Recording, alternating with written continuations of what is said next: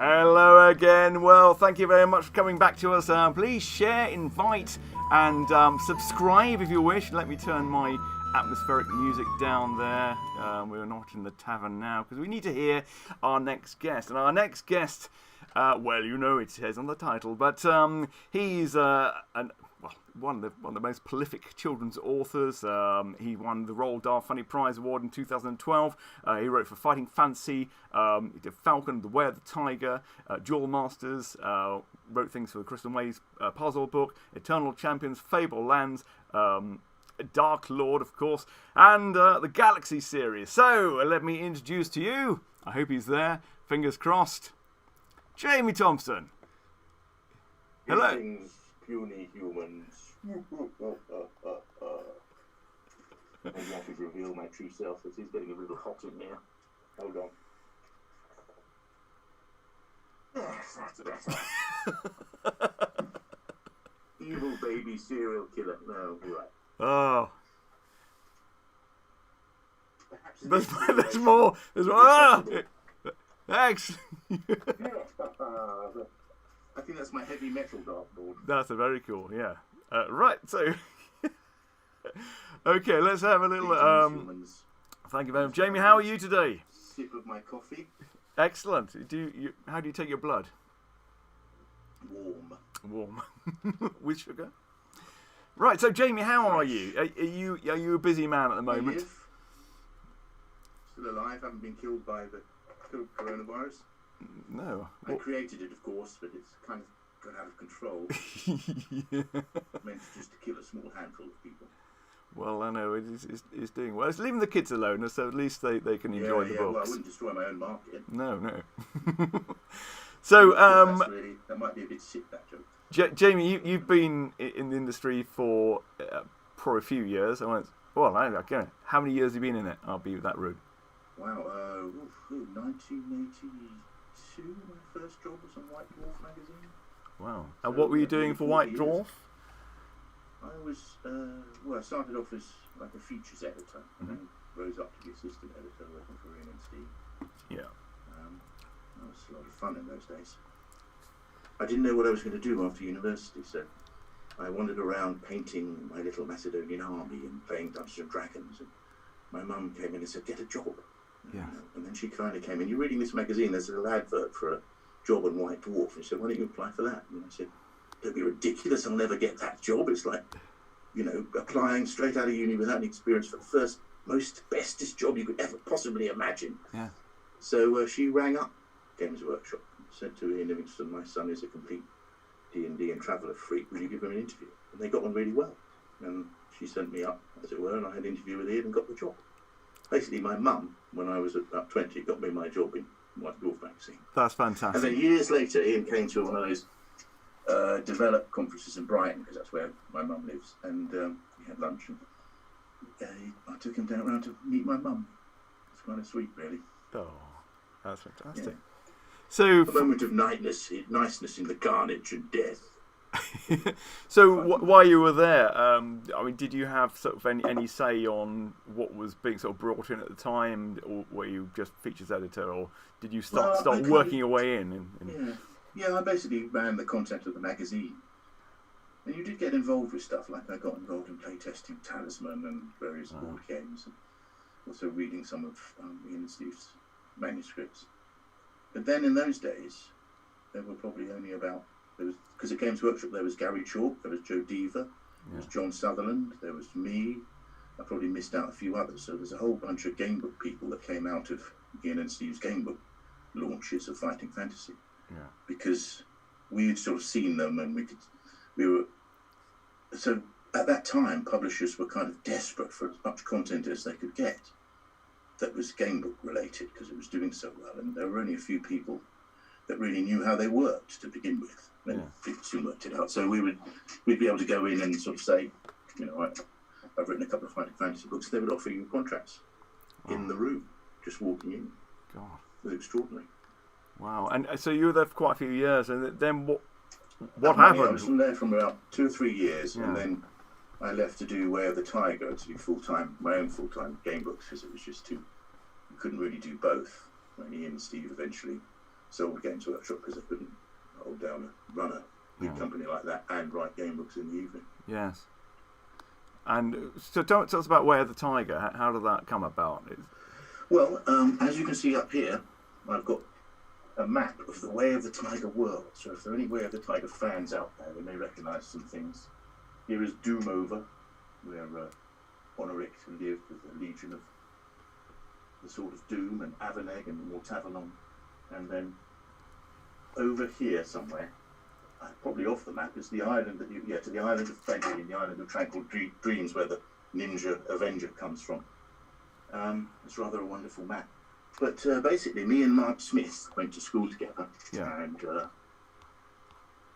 Min Smith, as I call him, because he's small. And we played in his Dungeons and Dragons campaign, which was Org, and this was a fully fleshed D&D campaign that lots of our friends have played in. Yeah. So it was a fully imagined, fantastical world, and we used that for the first Fighting Fantasy game book. We did Talisman of Death, and then we moved on from that. So I kind of had the idea of basically doing ninjas in Middle Earth, because in the 80s ninjas were new and fresh, and nobody really knew what they were, and the whole thing was rather exciting. Did you ever do any martial arts yourself? Actually, practically. I did a bit of Taekwondo at university. Yeah. But I noticed somewhere someone said, "Did I ever do a spinning kick?" Yes. And that's kind of interesting because I was able to master one of the kicks. I can't remember the name of it. I think it's actually in. But the two guys that taught the Taekwondo at the university, they could do this spinning flail kick. I never mastered that. And then years later, when I was doing Citadel of Chaos, and you mentioned the Cyber Warriors one. Eternal Champions, based on a computer game. I got this guy that I'm friends with on Facebook now called Simon Yeo, and he was a kind of third dan of Bujukan Ninjutsu, I think, which is a modern reimagining of ninjutsu. And he knew this guy who was a karate champion in England at one point. And they got together with me in a gym, and I was just sitting watching. By then I was old and beyond. I have minions now that kill for me. And they just showed me a whole bunch of moves, which, because I couldn't just do the Way of the Tiger combat stuff, which I got from various books and magazines and research. I had to add a whole other level of game book choice martial art moves for these two books that were based on a Sega computer game. So how many books did you do of those? There were only two, and the first one was called Citadel of Chaos. And I did point out, the second one, I don't remember, but I did point out to Sega and the publisher that there was already a game book called Citadel of Chaos, but they just didn't seem to care. Not only that, they spelt my name wrong. Irritating. Oh. And can you tell me about the artwork that was used in those books? In these ones, the Eternal Champion. Yeah. Well, a lot of the art was based on the characters, obviously, but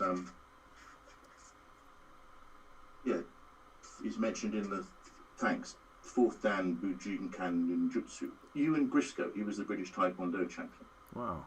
Way back when, in whenever that was, 80s, 90s, 94.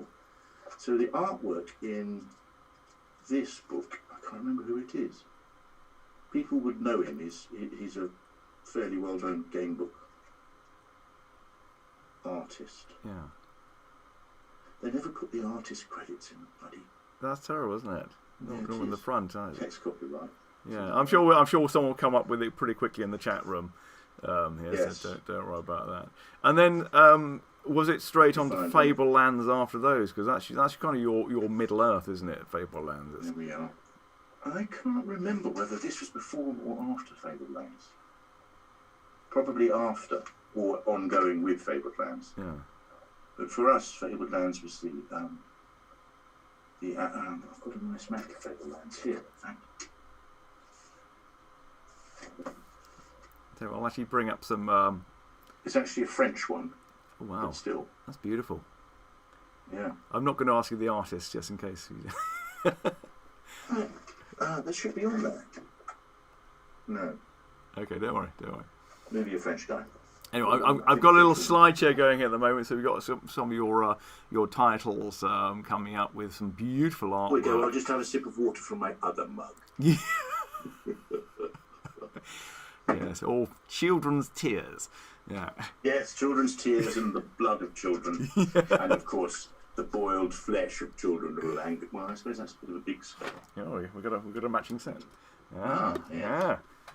Right, I haven't named this one yet. so Fable Lands, it's very unusual because all the books are kind of linked, and you can play through all the different books, and German one. Ah, that's beautiful. In fact, they've done three German, 2 books in each one, so there's 3. Wow. Beautiful artwork. The Italian ones, unfortunately, I haven't got nearby. I'm not sure if I've got any copies, but they've done some fantastic covers. Yeah. For Fable Lands. Yeah, we got some coming up the slideshow that is sent, so they're just going through it at the moment, and they are beautiful. So Fable Lands, tell us more about that and how it came about, and what were the thinking of it, and why you made it. Dave Morris and I had written together, God knows how many game books, and we actually were playing Might and Magic computer game, an early one. I think it was Clouds of Xene and Dark Side of Sea, and that unusually had this situation where you could clear out a particular area and then build a castle there. Yes. And then hire people to come into that castle and become shopkeepers or trainers and all that kind of thing. And it got us thinking about how you can change the world that you live in.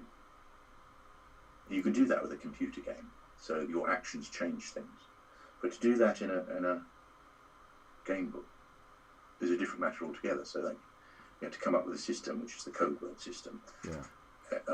And also tick boxes, and so that it would give a living, breathing feeling to the world, so that when you slew a Minotaur in a lost tower of the ancient race of the Shadar, next time you went there, the Minotaur would be a ghost Minotaur that would still want its revenge. Yeah. Or when you overthrow a particular king or another one in the code word system, and the city that you go to is different because it's ruled under a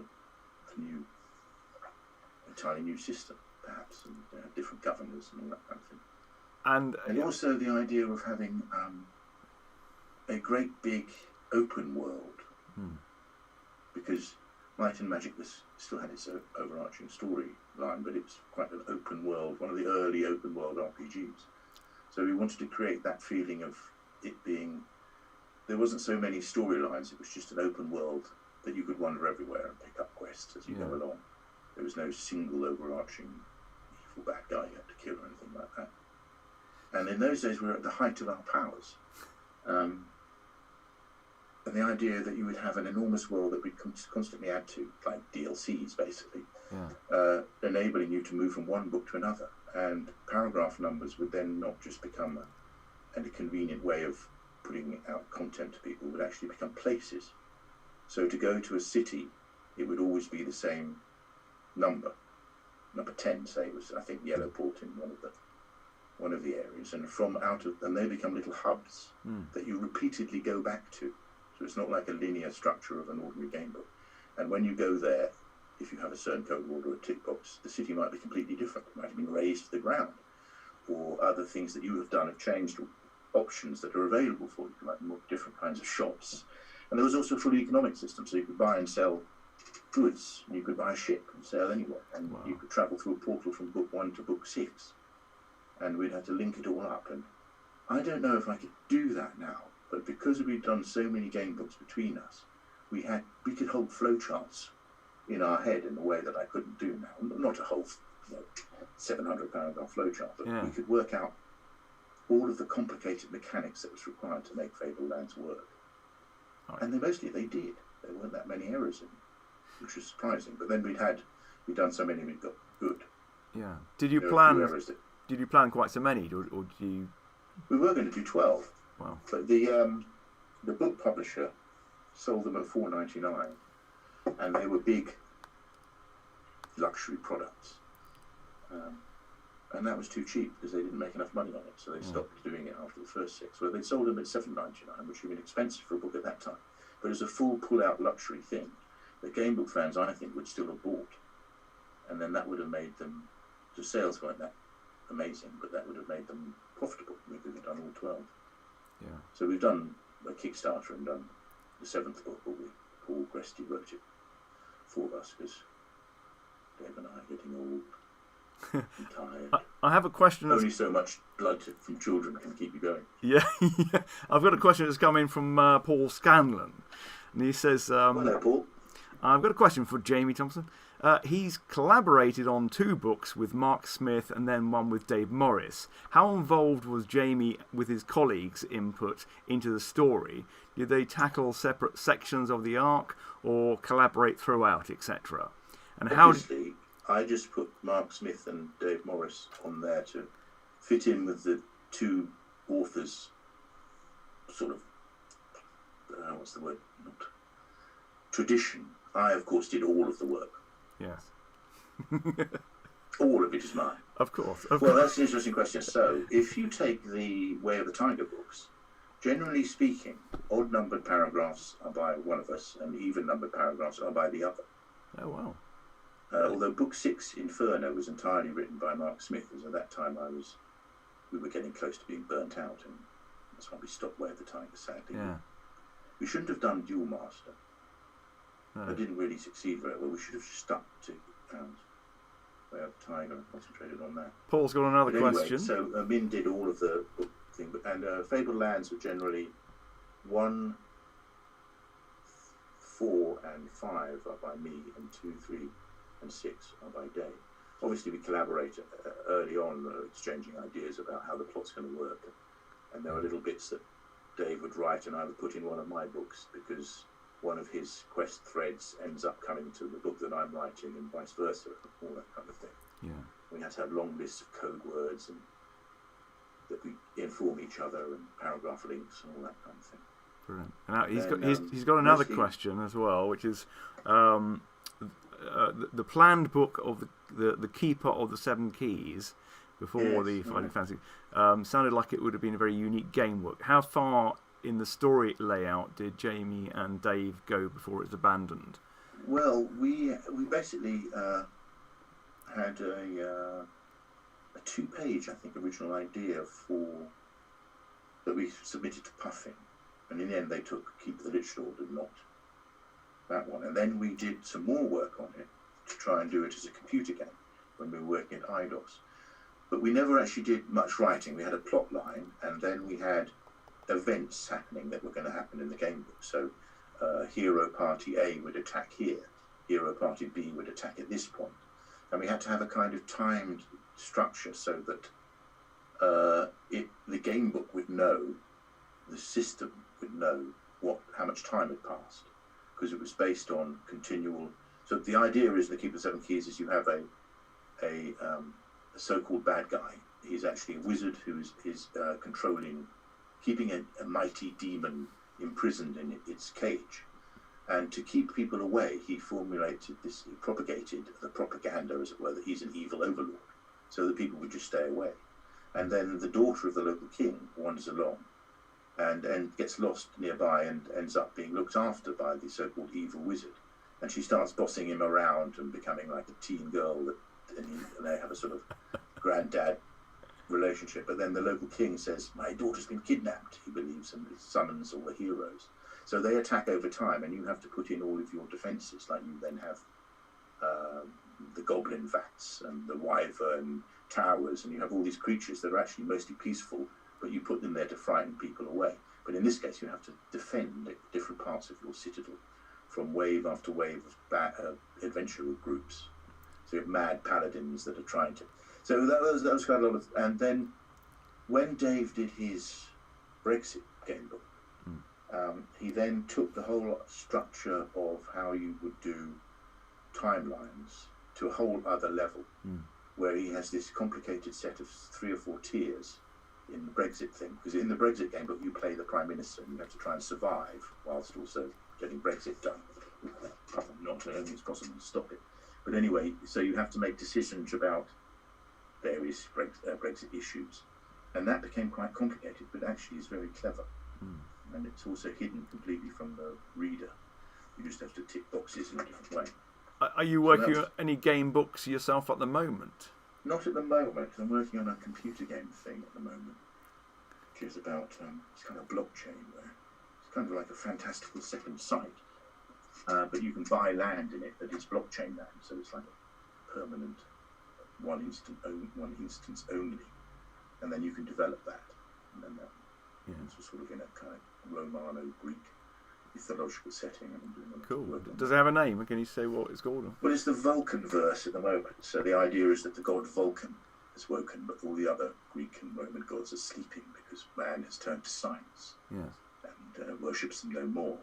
And Vulcan, who is the god of machinery and invention and stuff, is embracing man's virtual world, code words and all that, has created a virtual world in which he hopes he can bring the gods back, sort of thing. But really, it's just it's a sort of like a online second society place where you can live and do your own stuff, but there are like 4 quarters. There's Hades, the underworld, which is kind of fun to write. I bet it is. Arcadia and mountains. People buy land in it and then they develop it, and then eventually there'll be games that they can create themselves and stuff like that. And would you like to write another game book? And if so, have you got something in mind that you'd like to sort of tackle? No, I'm mostly sort of doing novels. I'm not sure if I could I did so many game books, it doesn't really grab me, the idea of doing a game book anymore. Yeah. I think we'll probably do another Kickstarter for Fable Lands. I might try and write 100 paragraphs or so. I've got some ideas for a section of it. Yeah. But probably will disappoint people, but you know. Didn't you have the computer game for Fable Lands? Was that? Yeah, we've had a couple of different. There was an iPhone one that was a bit. Yeah. But there's a guy called Victor Atanasov. Okay, he's Bulgarian from Prime Games. If you look up, it's on the Fable Lands Facebook page. So he's developing finally the kind of computer game we would really like to see. He's doing a great job so far, actually. Yeah, fantastic. So it's basically the game books, and we'll probably do more content later for them. But he's added tactical combats to make it more interesting, and also you move around a lovely map. And it takes away a lot of the bookkeeping, puts it in the hands of the program. Now, I've got someone, Jason Archer, saying about the teenage years of Dark Lord. Is that right? The teenage years? Dark Lord, the teenage years. Yes. Now, you've been doing that series quite some time as well, haven't you? And can you tell us a bit about that? If people are not aware of your children's books. Yes, well, they're they started off at 9+, and then the publishers did a relaunch of them with new covers because they realised that actually the books kind of work for 9-year-olds. They also work for 15-year-olds. Yeah. So they were trying to make a cover that crossed that demographic, because the first edition books are very much young kids. The first one won the Roald Dahl Funny Prize in 2012, I think. That's what Wikipedia says. David Williams.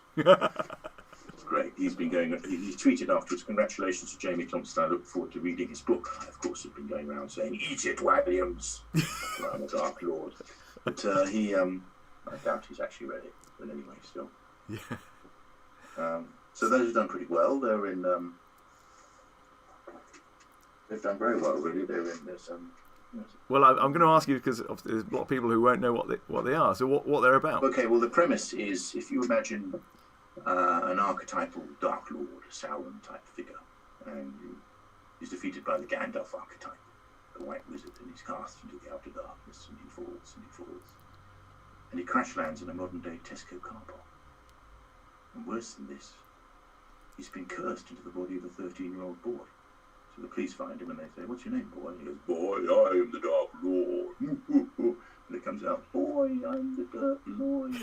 And the squeaky boy's voice thing is called Dirk Lloyd, and they send him to school, and that's basically the whole premise. Dark Lord goes to school, Sauron in Surbiton. Nobody believes him. Well, to start with, we'll have to read them to find out. There's 4 in the series so far. Brilliant. And you can imagine how much fun you can have.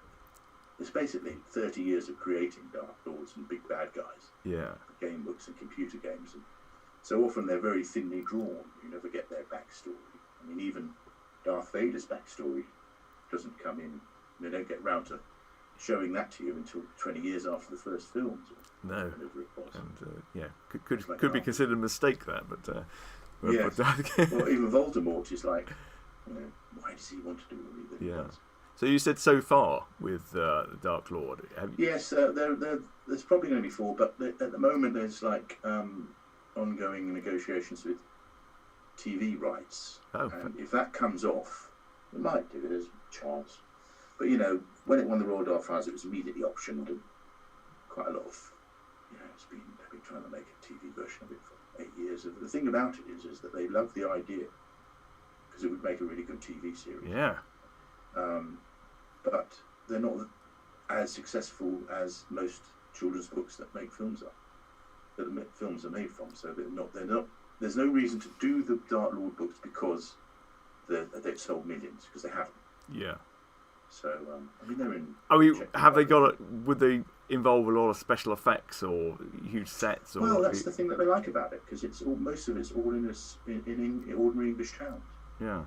There's still quite some stuff where you go to the Darklands, and so there would have to be some. But it's really interesting at the moment because they're trying to do it as a musical. Wow. Which I think would be hilarious. Yeah. That'd be great. Be great. If that comes off, then probably they will want another book. Yeah, Dark Lord will live again. So, what you're saying you're working on a game at the moment, computer game. You're thinking about that. Any other projects that you can tell us that you're? I have some other more novels that I've been working on. Yeah. Another kids novel, another kids series. That's about it, really, I think. Fantastic. Well, Jamie, thank you so much for your time. It's been brilliant. Do you want to show us some of those props? Now, you were showing me some weapons that you had around. Yes. So, see if anyone can recognise this. Oh, I'm sure they will. There's about a 30-second delay on that. But while you're showing those, I've got one more kind of saying, can Jamie do some audiobooks? Well, actually, I've already done the first 2 Dark Lords as audiobooks. Oh. Doing them. You can get them on Amazon Audible. It's Dark Lord, Teenage Years and Dark Lord. The second one is called A Fiend in Need. Awesome. Who's reading them? I am. You? Oh, brilliant. Yeah, so I get to go. Oh, fantastic. It was great because I went down to a little studio in Bath and they put me up for a weekend. They paid me, which was great. And then you sit in a sound booth with a proper producer, and so they could fix everything. When you can't say it, when you get it wrong, you just do it again. And it was great because the producer was so experienced. He was able to tell me how to do it and how to do different voices and all that kind of thing. And it was really fun. That's great. They also like it. They obviously would prefer if it had been David Waggins doing it, sales-wise. But the advantage of having the author was that you could change the text. So there's one bit where I kept getting the word wrong for about time after time. So I just changed the word. Just rewrote it to make it easier to say. Brilliant. Okay, well, Jamie, have you got anything you want to plug at the moment, or anything, any way we can follow you in a non-stalkish way? Well, I'm on Facebook, obviously. Here's my ninja blade. Oh. For the chopping off of the heads of Ollie McSees. It's my hat for policing the village I live in. Excellent. This is a proper antique 1940s warden's hat. This is a ceremonial Persian axe. Wow. Which my parents brought over. That's beautiful. Yeah, it is rather nice. Wow. It's missing the pokey bit. It's not really a practical battle item. It's not really. It'd be good for slicing cheese in anger. And this is my anti-COVID GI helmet. Doesn't have any leather webbing, which is why that one actually really suits you. That one, I think. Yeah. I love the smell of napalm. Smells of burning heretics. Excellent. Yes, I have a collection of absurd things like that. So, James, I believe we can follow you on Twitter, Facebook. Yeah, but I don't actually tweet that. You don't? I'm getting rid of it. No, I always hated Twitter, so Dave Morris does it for me. Oh, bless him. Okay. Which, if I was doing it, it'd probably be a lot more jokey. He makes it a lot more political. But your Facebook one is very funny. Well, Facebook is me, yes, obviously. Yeah, that's brilliant. And I have a website that I haven't updated for years. I'm just a bit not very modern in that sense. Well, we're Zooming, so that's modern. Yes, that's true. But that's only because of COVID. Yeah. Well, it's pushed us to do different things in different ways. So you're doing a bit of role playing on Zoom and board game. Oh, have you? What are you playing at the moment? Well, would people have seen that photo of people playing role-playing game. If you put up the they would have done. Yeah, because I put that up because the far left one, it's probably too late now, but there's Dave Morris is there in that group. Then there's Oliver Johnson, who also did all of the Bloodsword books with Dave Morris. And there's Paul Mason, who did Mage Hunter and another fighting fantasy book. And then me, another guy called There we go. It's just come up. Yeah. Yeah. Oh, yeah. So that I just sort of thought that's like us playing Empire: The Petal Throne, an early, strange and exotic role-playing game from the 80s, and how 4 out of 5 of those guys have become Gamebook authors. Yeah. Okay. Brilliant. Sorry, and is that what you're playing now as well on yes, Zoom? Well, yeah, EPT. Yeah, going back to that, we've used Dave's rules system. Oh wow. 2K, which I think you can actually. You're not playing the same campaign from that one, are you? No, but we did have some awesome campaigns, and so many of those D&D campaigns and Fable EPT campaigns, the characters in them end up in game books. Oh, wow. One of the wonderful things about Way of the Tiger that people said how it felt like, what they liked about that was how it felt like a living, breathing world. Because you'd have the main character going to town, and then events would happen in the background that you're not necessarily involved with. Yeah. And they were based on characters from role-playing games, real people who would be doing stuff, so that made it look like there was a world still going on around you. Because when you play a role-playing campaign of any kind, you end up with a whole bunch of content and stories, and characters fully fleshed out. You've just made me realise that role-playing is actually tax-deductible for my business now. Of course. I do everything. It's work. It's inspiration. It's yeah. Well, it's one of the advantages of being a writer. So you hire a rom-com on something or other, and then you claim that back on the basis of I'm working on a rom-com. Yeah. Involving zombie love and brain-eating death cults. Jamie, I'm going to have to bid you farewell. But thank you again for your time. Thank you for supporting International Gamebook Day, and thank you again for all your work over the years.